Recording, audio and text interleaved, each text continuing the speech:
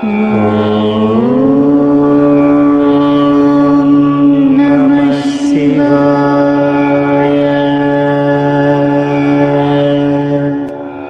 ఎప్పుడైనా కలలో భగవంతుని దర్శించుకున్నారా? లేక భవిష్యత్తులో జరగబోయే సంఘటనను ముందే చూశారా? కొందరు నిద్రలో దేవతలను చూస్తారు, మరికొందరు మరణించిన బంధువులతో మాట్లాడిన అనుభూతిని పొందుతారు. కాని కొంతమందికి భయంకరమైన కలలు కూడా వస్తుంటాయి. నిద్రలో మన ఆత్మ నిజంగా ఎక్కడికి వెళ్తుంది? మన కలలు భగవంతుని సందేశమా? లేక గత జన్మ ప్రభావమా? మరణం తర్వాత మన ఆత్మ ఏమవుతుంది? ఆత్మ అంటే ఏమిటి? మనిషి కలలు ఎందుకు కంటాడు? నిజంగా పునర్జన్మ జరుగుతుందా? ఉంటే పునర్జన్మకు ముందు మనిషికి ఏమైనా సంకేతాలు వస్తాయా? ఈ ప్రశ్నలన్నిటికీ సమాధానం తెలుసుకోవాలంటే ఈ అద్భుతమైన కథను తప్పకుండా వినాలి. జై శ్రీకృష్ణ భక్తులారా, మీ అందరికీ హృదయపూర్వక స్వాగతం. ఇవాళ మనం ఈ ప్రశ్నలకు సమాధానం కనుగొనబోతున్నాం, అది కూడా ఓ అద్భుతమైన కథ ద్వారా. ఈ కథ పూర్తిగా వినగానే మీ మనసులో ఉన్న అన్ని సందేహాలకు సమాధానం లభిస్తాయి. అందుకే సమయాన్ని వృధా చేయకుండా వెంటనే ఈ మహత్తరమైన దివ్యధ్యాన గాథను ప్రారంభిద్దాం. ఒకప్పుడు దేవర్షి నారద మహర్షి ఆకాశంలో విహరిస్తూ పంచభూతాల తత్వాన్ని పరిశీలిస్తున్నారు. అప్పుడే భూలోకంలో ఓ హృదయ విదారక దృశ్యం ఆయన కళ్లకు కట్టినట్లు కనిపించింది. కొందరు మనుషులు ఒక మరణించిన వ్యక్తి శవం దగ్గర మౌనంగా కన్నీరు పెట్టుకుంటున్నారు. కొందరు హృదయపు బాధతో గట్టిగా విలపిస్తున్నారు. మరణించిన వారి ఆత్మ తిరిగి రావాలని, వారి ప్రియమైన వ్యక్తి మళ్లీ ఈ లోకంలోకి రావాలని భగవంతుని వేడుకుంటున్నారు. ఈ దృశ్యాన్ని చూసిన నారద మహర్షి హృదయం దిగులుగా మారిపోయింది. అంతా వాస్తవంగా ఇదేనా? మరణం తర్వాత జీవుల గతి ఏమిటి? అనేక సందేహాలు ఆయన మనసులో ఉప్పొంగాయి. ఈ ప్రశ్నలకు సమాధానం తెలుసుకోవాలని ఉత్సాహంతో నారదుడు యమపురికి బయలుదేరి వెళ్ళిపోయాడు. యమపురి చేరుకున్న నారద మహర్షి యమధర్మరాజుని భక్తిపూర్వకంగా నమస్కరించి అతని అనుగ్రహం పొందారు. యమధర్మరాజు చిరునవ్వుతో నారదుని చూస్తూ, హే నారద మహర్షి, నా యమపురికి స్వాగతం. ఈరోజు ఏ శుభవార్తతో మా రాజ్యంలో అడుగుపెట్టారు అని అడిగారు. అప్పుడు నారద మహర్షి సమాధానం ఇస్తూ, ఓ కాలభైరవ, ఓ మృత్యుంజయ, నేను మీ వద్ద శుభవార్తతో రాలేదు. నాకు కొన్ని శాశ్వత ప్రశ్నల జవాబులు కావాలి. దయచేసి నా సందేహాలను తొలగించి నా మనస్కు ప్రశాంతత కలిగించండి అని ప్రాధేయపడ్డారు.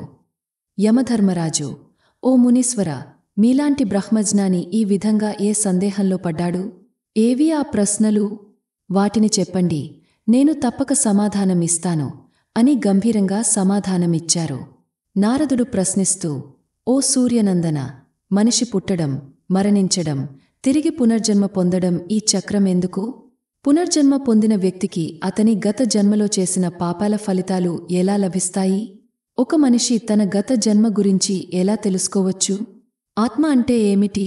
ఎందుకు మనిషి కలలు చూస్తాడు?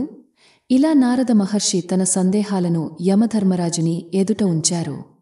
యమధర్మరాజు చిరునవ్వుతో, నారద మహర్షి, మీరు అడిగిన ప్రశ్నలు నిజంగా గొప్పవి.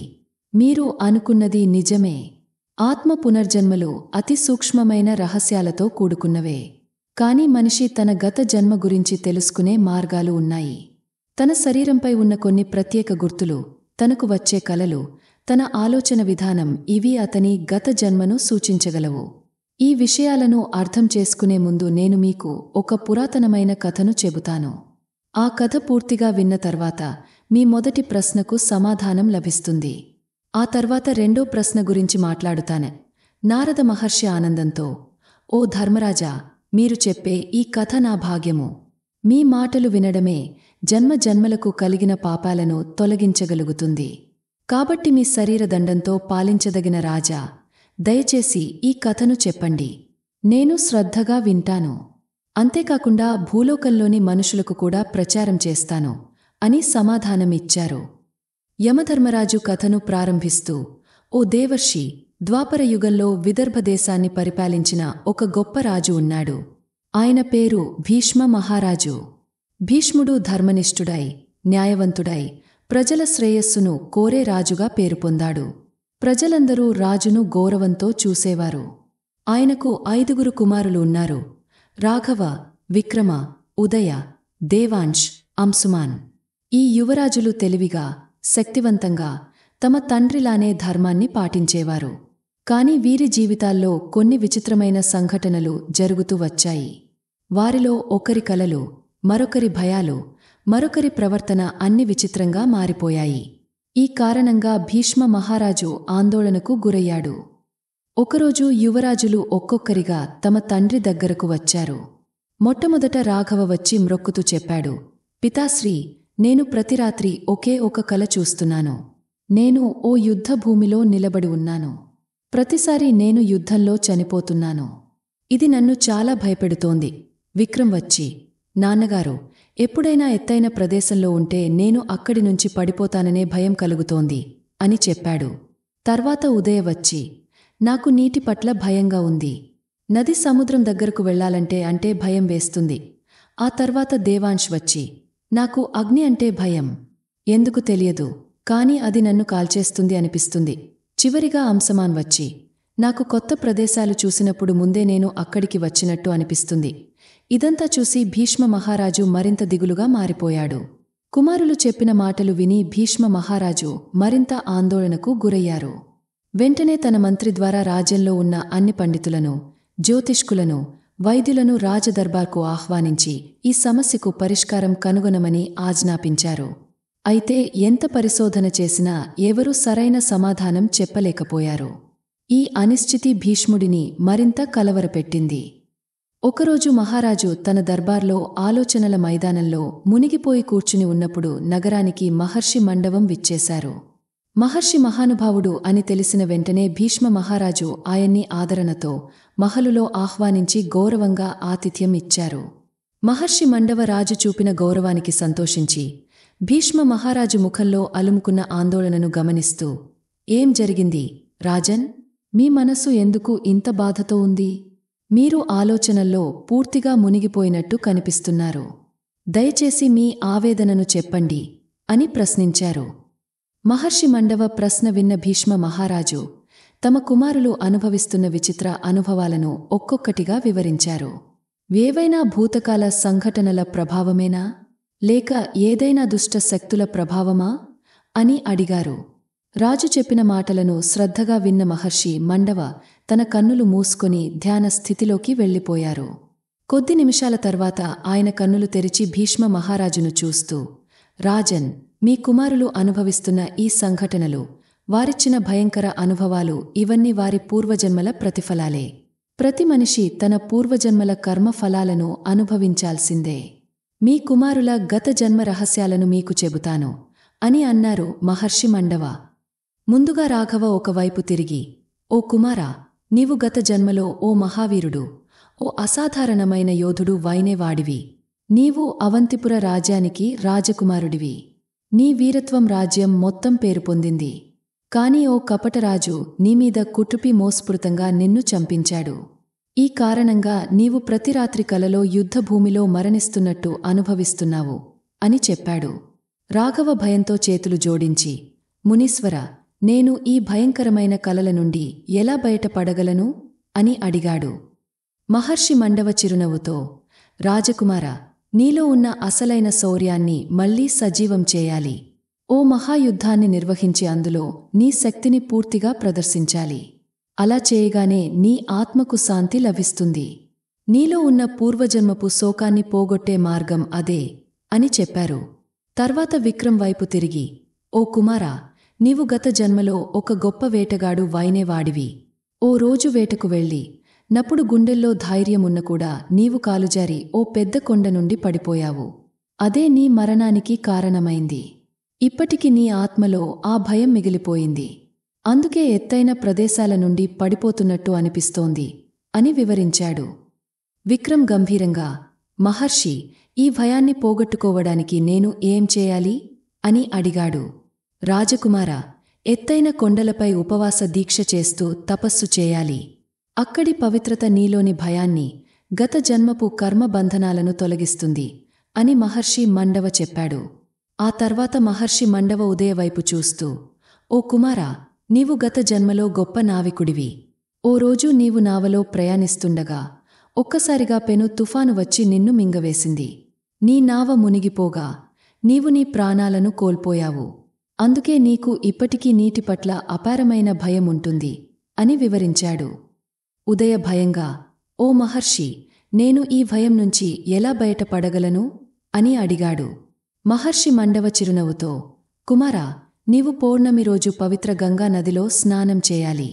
గంగామాత నీ గత జన్మపు భయాలను తొలగించి నీ ఆత్మకు శాంతిని ప్రసాదిస్తుంది అని చెప్పాడు.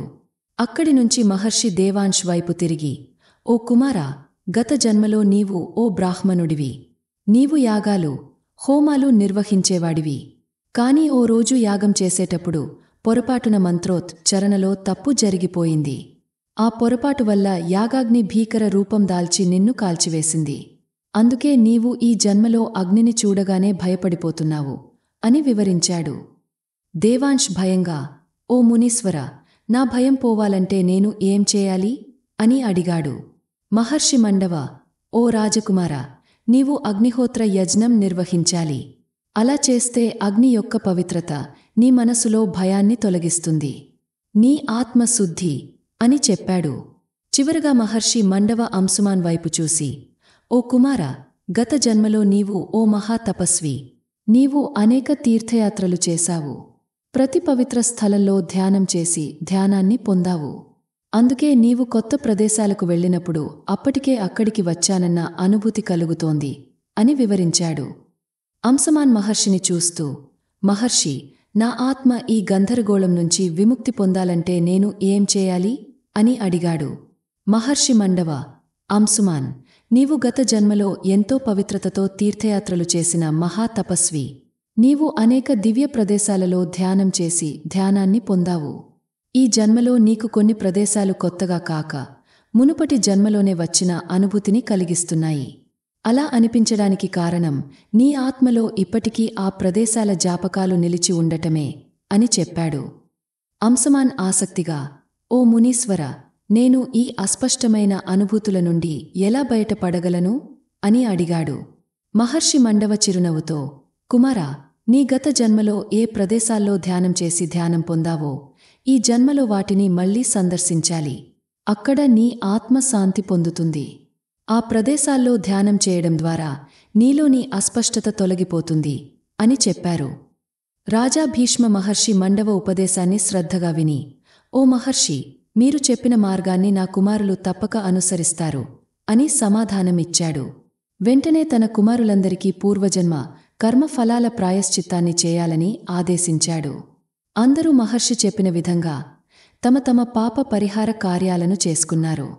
ఆ తర్వాత వారి జీవితాల్లో జరుగుతున్న విచిత్ర సంఘటనలన్నీ పూర్తిగా తొలగిపోయాయి.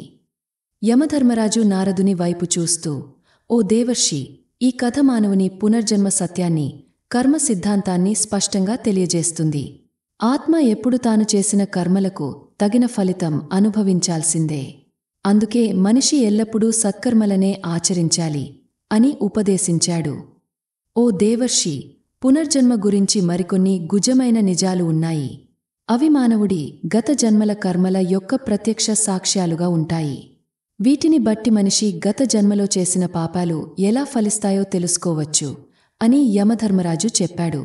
ఒక మనిషి గత జన్మలో అసత్యవాది అయితే, అర్థం లేని అసత్యాలతో ధన సంపాదించి సమాజాన్ని మోసగించిన వ్యక్తి అయితే అతనికి యమపురిలో తీవ్రమైన శిక్షలు అనుభవించాల్సి వస్తాయి. అతనిని సత్య మార్గానికి దూరంగా వెళ్లడమే కాక సమాజంలో కలహాలు, అపోహలు సృష్టించినందుకు కఠినమైన శిక్ష విధించబడుతుంది. ఆ శిక్షను అనుభవించిన తర్వాత అతను మళ్లీ భూలోకంలో జన్మించినప్పుడు అతని వానిలో లోపం ఏర్పడుతుంది. అటువంటి వ్యక్తి ప్రమాదంగా రుక్కుగా అస్పష్టంగా మాట్లాడుతాడు. అతని వాక్కు లోపించడానికి కారణం గత జన్మలో అతను ఇతరులను మోసగించి అసత్య ప్రచారంతో సమాజాన్ని భ్రాంతిలో పడేసినందుకు ప్రతిఫలంగా ఈ జన్మలో కష్టాలను అనుభవించాల్సి రావడం. అతను భౌతికంగా బలహీనుడిగా మారుతాడు. సమాజంలో సరైన స్థితి పొందలేడు అని యమధర్మరాజు వివరణ ఇచ్చాడు. ఓ మునీశ్వర, గత జన్మలో ఒక మనిషి అహింసాపరుడైన నిరపరాధ జంతువులపై హింస చేశాడు అనుకోండి.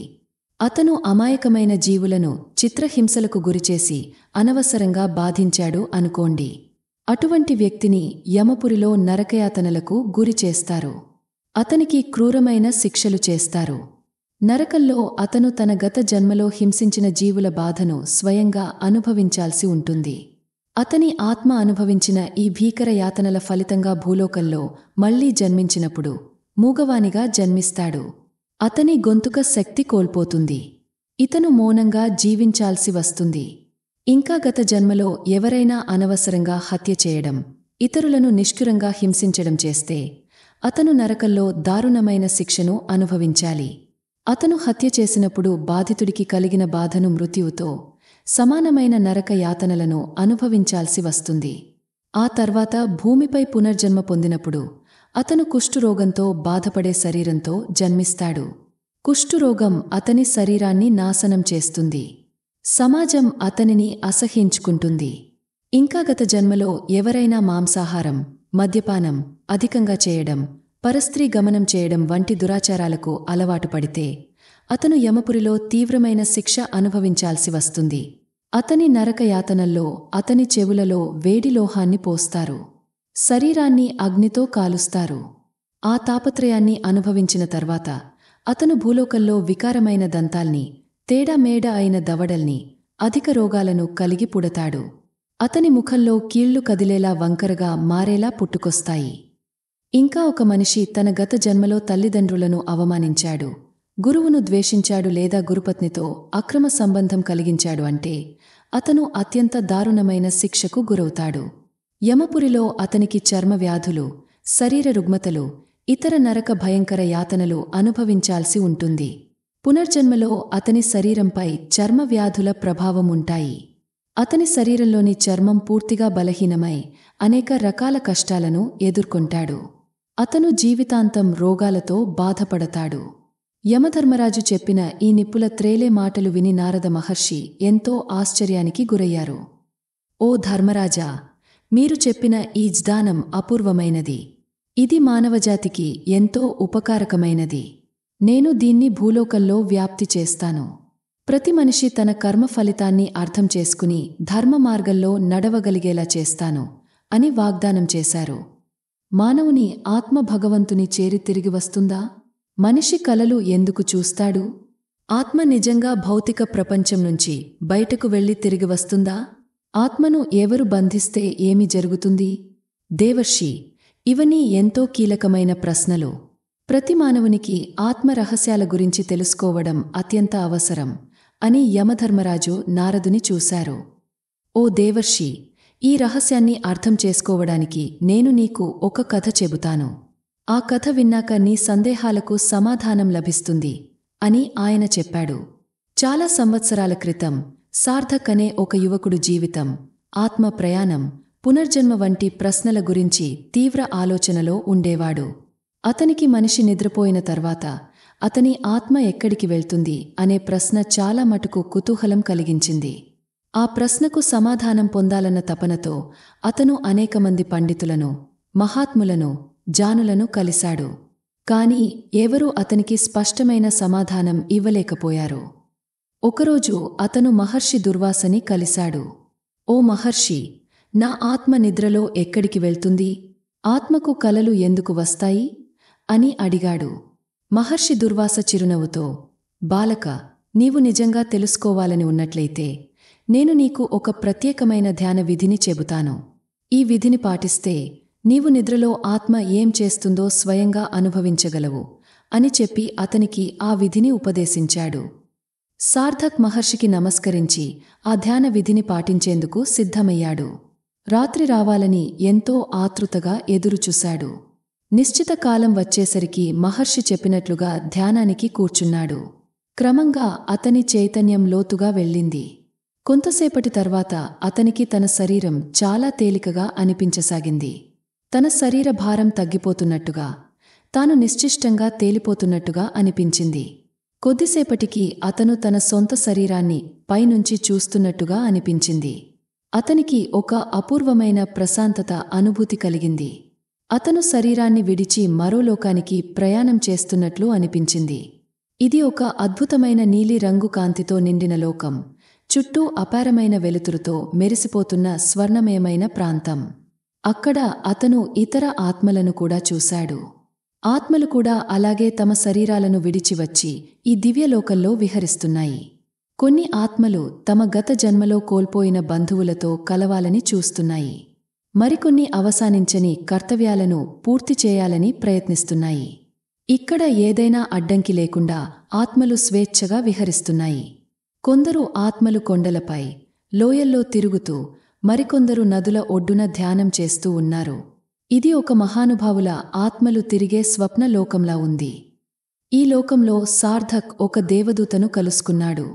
ఓ బాలకా, ఇది ఆత్మల ప్రపంచం. మానవుని ఆత్మ నిద్రలో ఈ లోకానికి ప్రయాణిస్తుంది. ఇది నీ భావోద్వేగాల, నీ ఆలోచనల ప్రతిబింబం. ఇక్కడ నీ ఆత్మ తనని తాను శుద్ధి చేసుకుంటుంది. దినచర్యలో అనుభవించిన నిస్సహాయత, భయం, ఆందోళనల నుంచి విముక్తి పొందుతుంది. ఆత్మ ఇక్కడ తన భవిష్యత్తుకు కావాల్సిన కొత్త శక్తిని కూడబెట్టుకుంటుంది. ఇదే నిజమైన విశ్రాంతి అని ఆ దేవదూత వివరించాడు. సార్థక్ తన కలలు ఎందుకు వస్తాయో అర్థం చేసుకున్నాడు. ప్రతి కలకు ఒక అర్థం, ఒక సంకేతముంది. ఆ కలలు గత జన్మల గుర్తులను, భవిష్యత్ పరిణామాలను, మన లోపల ఉన్న భావోద్వేగాలను సూచిస్తాయి. మనిషి ఆత్మ నిజంగా ఒక గుజమైన ప్రయాణాన్ని చేస్తుంది. ఉదయం అతను మళ్లీ తన శరీరంలోకి తిరిగి వచ్చాడు. కాని ఇప్పుడు అతనికి నిజమైన సమాధానం దొరికింది. నిద్ర అనేది కేవలం శరీర విశ్రాంతి మాత్రమే కాదు, ఇది ఆత్మకు మరో ప్రయాణం అని అతను గ్రహించాడు. యమధర్మరాజు నారదుని చూసి, దేవర్షి, ఈ కథ మానవునికి ఒక గొప్ప ఉపదేశం. భగవంతుడు శ్రీకృష్ణుడు కూడా ఇదే బోధించాడు. ఆత్మ శాశ్వతం, అవినాశనం. మనస్సు మారిపోతూ ఉంటుంది, కాని ఆత్మ ఎప్పటికీ స్థిరంగా ఉంటుంది. కలలు మనస్సు యొక్క ప్రతిబింబాలు మాత్రమే, కాని ఆత్మ వాటికంటే చాలా గంభీరమైనది. ఈ సత్యాన్ని అర్థం చేసుకున్నవాడు కలల లోతును అర్థం చేసుకుని అధిగమించగలడు అని ఉపదేశించాడు. ఆ రాత్రి అర్జునుడు ఒక అపూర్వమైన కలను అనుభవించాడు. అతను ఒక అందమైన, ప్రశాంతమైన అడవిలో నిలబడి ఉన్నాడు. చుట్టూ పచ్చని చెట్లు, అందమైన పూల సుగంధాలు వ్యాపించి ఉన్నాయి. అప్పుడే ఆ అడవిలో ఒక ప్రకాశవంతమైన దివ్యకాంతి క్రమంగా అర్జునుని దిశగా చేరవబోతోంది. ఆ కాంతి అతని దగ్గరికి రాగానే అతను గమనించాడు. ఆ కాంతిలో స్వయంగా శ్రీకృష్ణుడు ఉన్నాడు. శ్రీకృష్ణుడు అతని సమీపానికి వచ్చాడు. పార్థ, ఇది కేవలం కల కాదు, ఇది నీ ఆత్మ పొందుతున్న దివ్య అనుభవం. నీవు నిద్రలో ఉన్నప్పుడు నీ ఆత్మ భౌతిక శరీర బంధనాల నుంచి స్వల్పంగా విడిపోయి అతీతలోకాలను అనుభవిస్తుంది. ఈ అనుభవం నీకు ఒక గొప్ప బోధ ఇస్తుంది. ఆత్మ అమరమైనది. అది ఎలాంటి బంధనాలకు లోబడి ఉండదు. శస్త్రాలు దానిని కోయలేవు, అగ్ని దాన్ని దహించలేను అని శ్రీకృష్ణుడు తెలిపారు.